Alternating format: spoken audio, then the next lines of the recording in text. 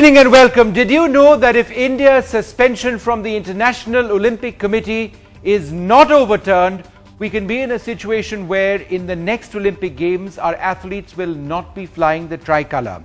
Neither will our national anthem play out if we win a gold medal. That's a disgrace. If you ask any of our athletes why they are in sport, they will all tell you in no unclear terms, it's for India, it's for the tricolour, it's for the national anthem. Now there is a critical meet of the International Olympic Committee in Buenos Aires. They will be deciding where the 2020 Olympics will be held, all very well, but they'll also be deciding the fate of the Indian Olympic movement. So what is this issue all about? Why are things so desperate? Let me try and explain and then go across to our big panel. Well, it all started actually quite a few years back. But just for the purpose of understanding the present context, it was in October to December 2012 that the International Olympic Committee wrote to the Indian Olympic Association, you must hold elections, but these elections must be under the Olympic Charter. Now, the allegations have always been that the Indian Olympic Association runs a fiefdom of its own, follows its own rules, and doesn't really follow the mandate of the International Olympic Committee. So that's what they said, you must hold your election. So what happened next?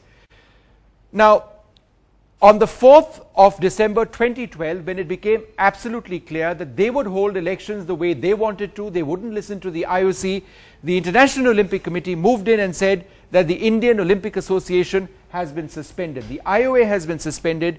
But then, how does this actually go on next? What happened is that despite their being suspended, the IOA actually went ahead and held these controversial elections. Now, the results of these obviously wouldn't actually reflect officially, but for the record, Abhay Chautala and Lalit Bhanotwin both are charge-sheeted individuals, and this is what the big concern has been as far as the operations of the IOAs are concerned, that the people in the top are people with potentially criminal records. This needs to be cleaned up. So therefore, what was the decision taken since it wasn't a fair election? What did the IOC said?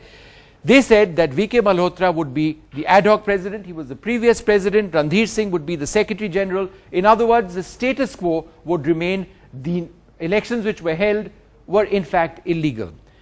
Remember, just prior to this, the IOA itself was deemed to be not a part of the International Olympic Committee. They had been suspended.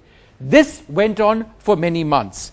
It was in July 2013 that an independent sports delegation that included stars and gold medalists like Abhinav Bindra went to Switzerland, and they met the International Olympic Committee, and they said, and the IOC actually called all players, and the minister said, it's very important for India to return to the Olympic fold. Let's be very clear that the government of India is not interested in impeding on the independence of the Indian Olympic movement. All that the government wants to do is ensure that sports in the country is cleaned up.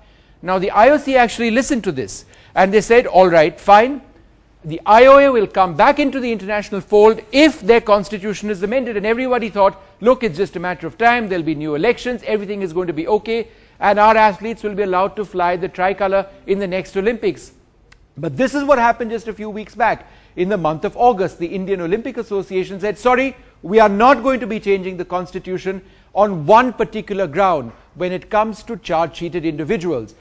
So the IOA says, no, wait, we are not going to be changing anything on that one ground.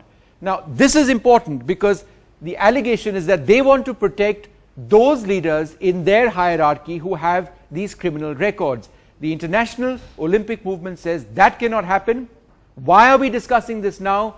Because everything on this entire controversy is going to be decided in Buenos Aires, Argentina. That's where a critical movement is actually taking place. Well, let's just go straight across now to Manisha Malhotra. She's a former Olympian. She's a medalist at the Asian Games. Thanks very much, Manisha, for joining us. Now, one of the things that you have done, along with several others involved in this process, is to come out with an online petition where you're garnering votes from people across the country.